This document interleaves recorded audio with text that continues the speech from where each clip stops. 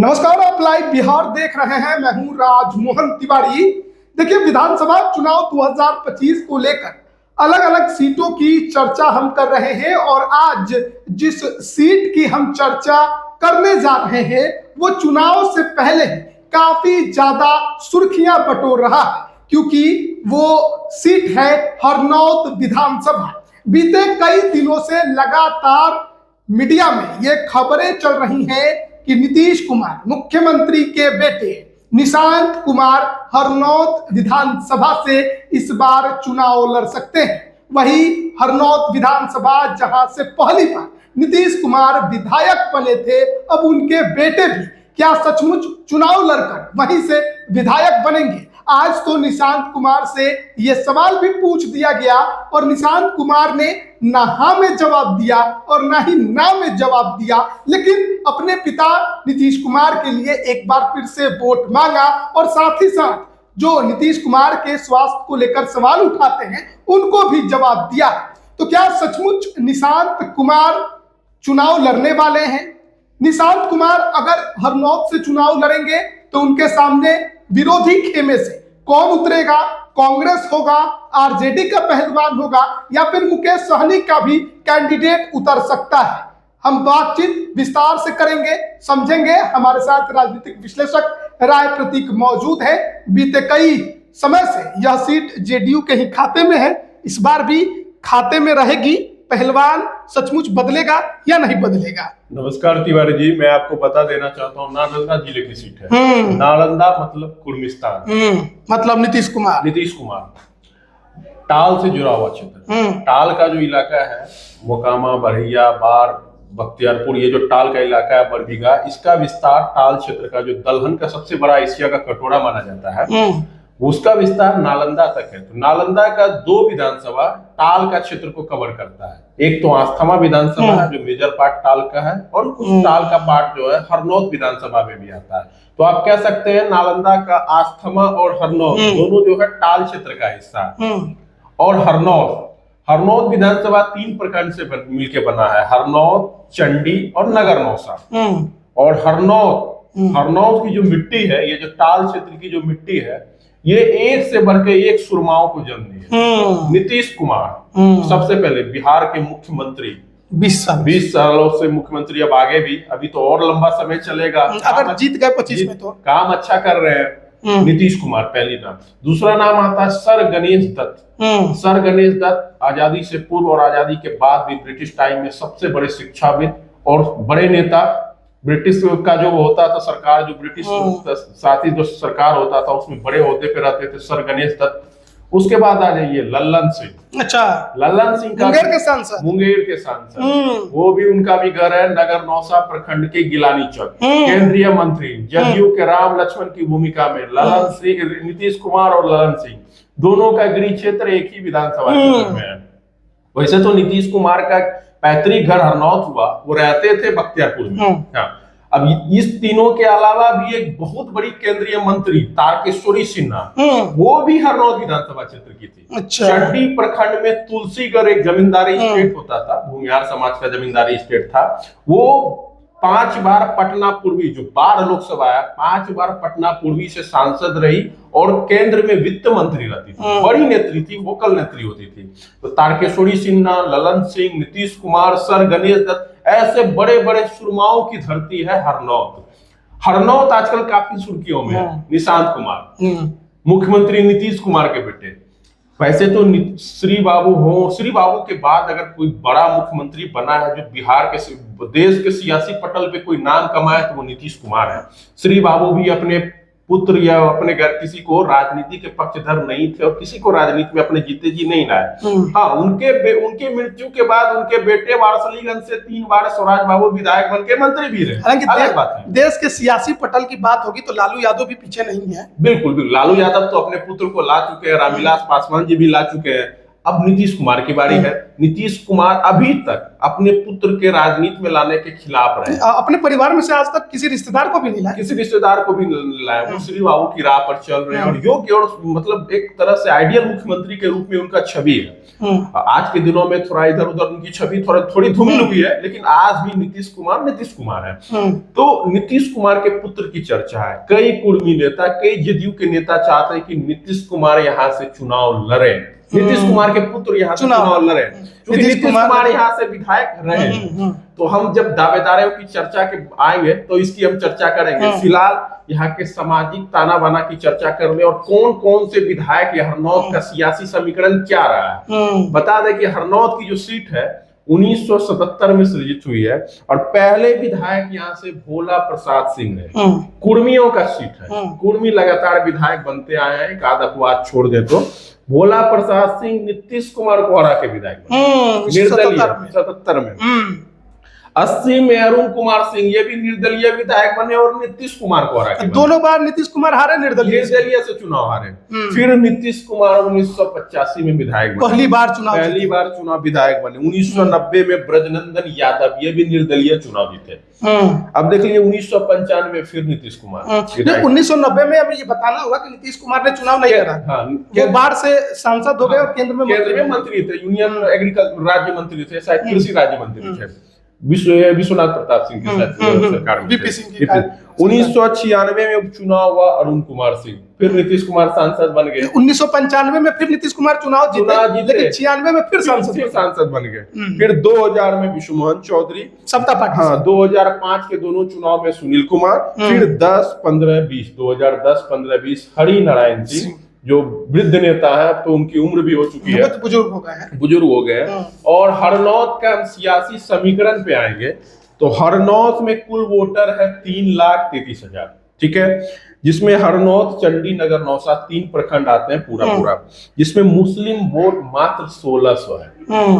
1600 ये सेंसस करता है। आप इसको 2000, 2500 आज के तारीख में मान लीजिए, 2500 मान लीजिए, 3000 मान लीजिए, लेकिन बिहार में सबसे कम मुसलमान हरनौत विधान। इसीलिए तो राजद ये सीट लड़ना ही नहीं चाहती है। वो चाहते हैं कि हम कांग्रेस को दे दे, कोई भी ले ले, सीट पे राजद चुनाव नहीं लड़ना चाहती है। कई बार लड़ी है, लेकिन तीसरा नंबर पे ही खिसकते हैं। यहाँ लोजपा का आधार है, बताइए। लोजपा काफी मजबूती, पिछले बार भी 2 नंबर पे अकेले लड़ रही थी ममता कुमारी, लोजपा 2 नंबर पे रही वो। SC/ST की जो आबादी है यहाँ पे 80,500 है, जिसमें 35,000 अकेले पासवान वोटर। SC/ST समाज का यहाँ वोटर है 25% या 24%, 25%। शेड्यूल कास्ट की संख्या बहुत ज्यादा है यहाँ, सर्वाधिक शेड्यूल कास्ट और कुर्मी के वोटर, समाज के वोटर है। कुर्मी धानुक मिला के 80,000 है, कोयरी 5,000 है। अच्छा, कोयरी, कुर्मी, धानुक तीनों मिला के 85,000 वोटर। अच्छा, मतलब ये SC/ST और कुर्मी धानुक लगभग बराबर है। कुर्मी धानुक दोनों 80,000 है और SC/ST भी 80,500, 80,000 है। फिर कोयरी 5,000 अलग से है। यादव 50,000 वोट, यादव समाज के वोट है। भूमिहार 25,000 तीनों प्रखंड में, क्योंकि हरनौत प्रखंड के तो 6-7 पंचायत ऐसे हैं कि पूरा भूमिहारी डोमिनेटेड है, मुखिया भी जीत के आते हैं। पुराने सर गणेश दत्त वाला पवाड़ी हो, बहुत सारे पंचायत है।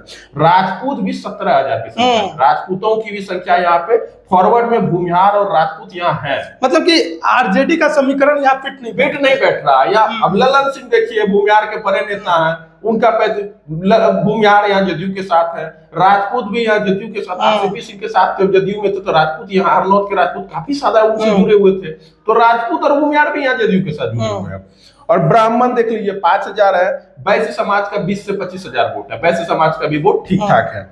फिर यहाँ पे देख लीजिए अदर्स जो बच गए, 55 और BC उसकी संख्या 50,000 है, जिसमें बिंद, मल्लाह बिंद जो उपजाति है, बिंद की भी संख्या काफी ज्यादा है।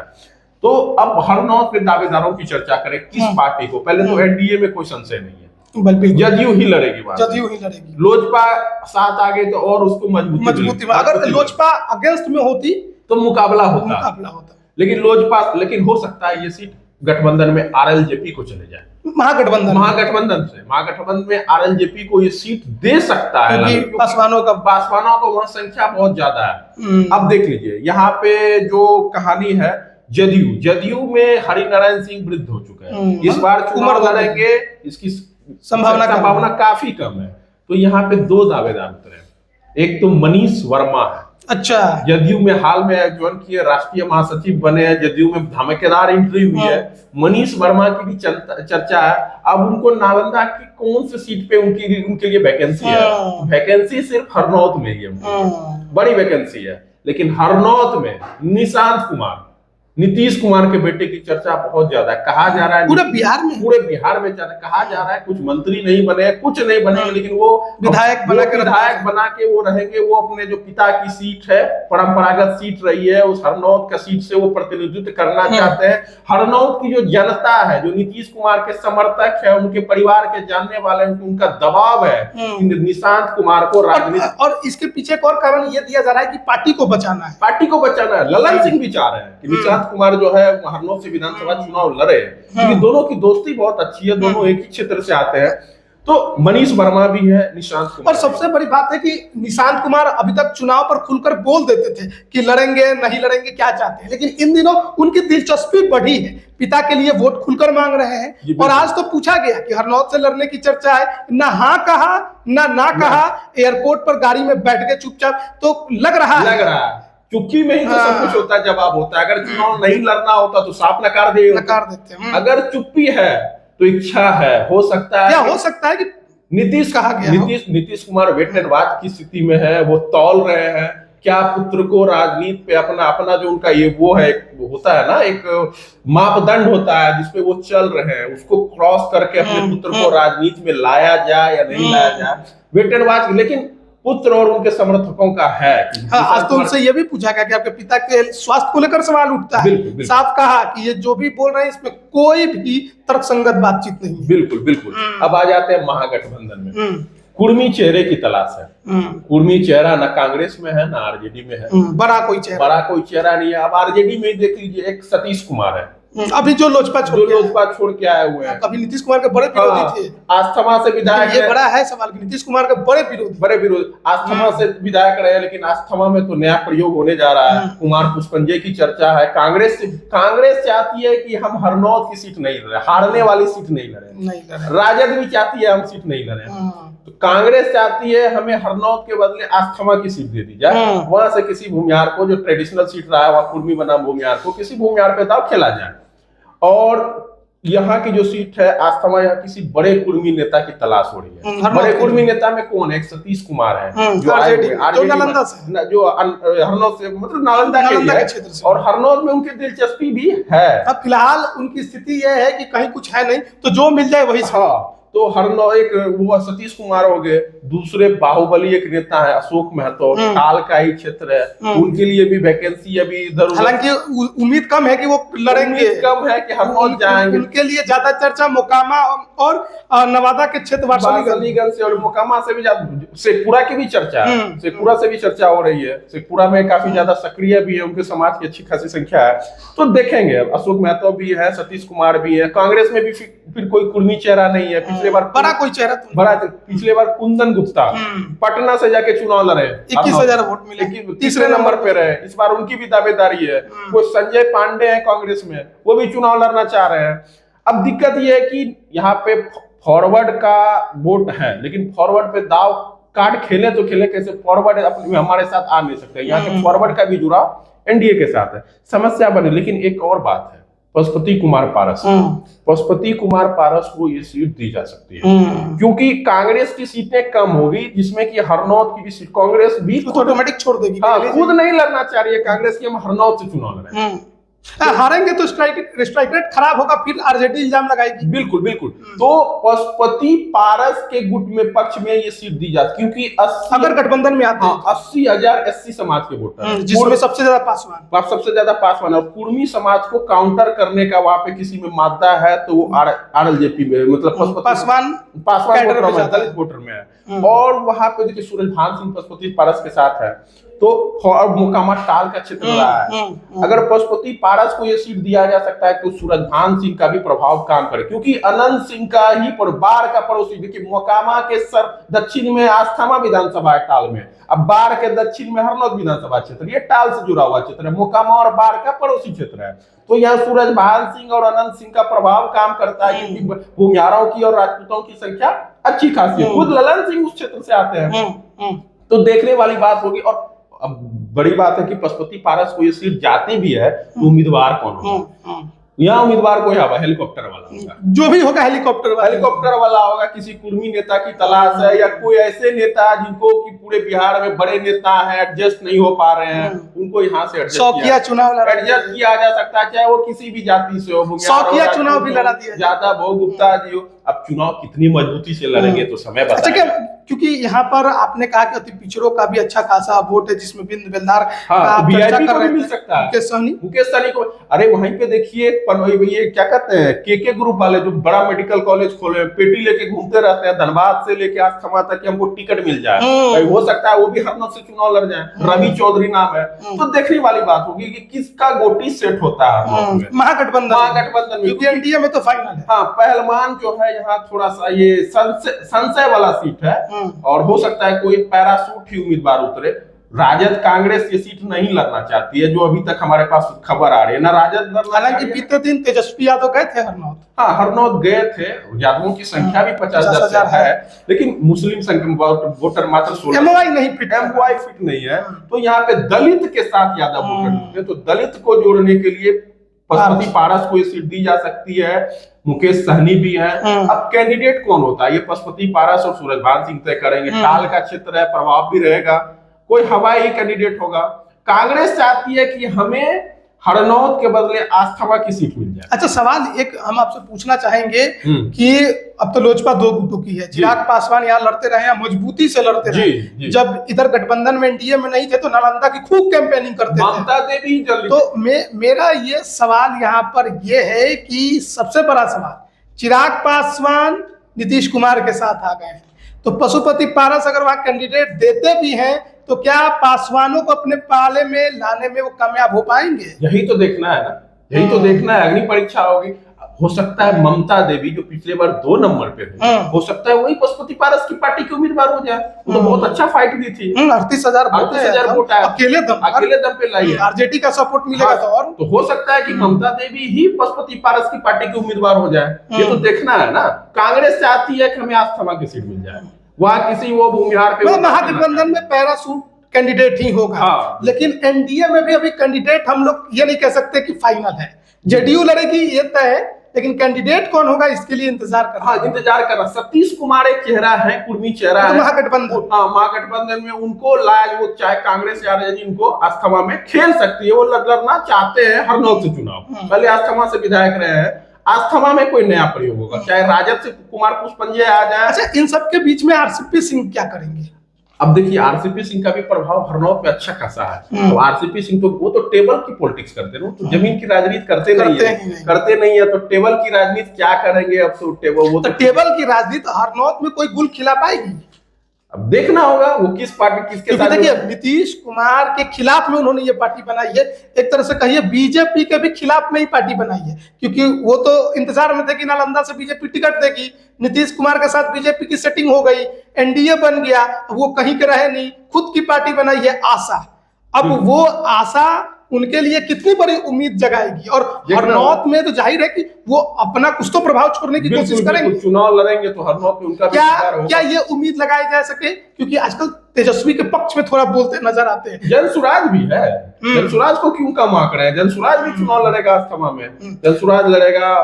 आरसीपी जी नालंदा के ही है जी। तो सवाल ये है कि आरसीपी सिंह का हरनौत में कितना प्रभाव होगा कि अगर वो महागठबंधन में भी आ जाते हैं, उन्हें 1-2 सीट देकर महागठबंधन में लाया भी जाए तो कुछ प्रभाव छोड़कर वोट दिला। देखिए, जग जाहिर है कुर्मी मतों पे नीतीश कुमार उनके सर्वमान्य नेता है। आरसीपी दूसरा कोई नहीं। आरसीपी सिंह नौकर साथ है, टेबल की पॉलिटिक्स करते हैं, जमीनी नेता भी नीतीश कुमार ने बनाया। तो आरसीपी सिंह का क्या प्रभाव होगा? अभी तो मनीष वर्मा भी आया है ना, अभी तो वो भी नौकर साथ है, वो भी चुनाव लड़ना चाहते हैं। तो ग्राउंड पे तो कुछ नहीं है, सब नीतीश कुमार के ही झंडा पे, नीतीश कुमार के नाम पे ही चुनाव लड़ेंगे नालंदा में। ना मनीष वर्मा का कुछ है, न श्रवण कुमार का कुछ है, न कौशलेंद्र कुमार का कुछ है, न आरसीपी सिंह का कुछ है तो एक ही चेहरा है नीतीश कुमार। चाहे वहां से निशांत कुमार लड़े, चाहे आप वहां से मनीष वर्मा लड़े, वहां पे जीत, वहां पे चेहरा नीतीश कुमार का ही होगा।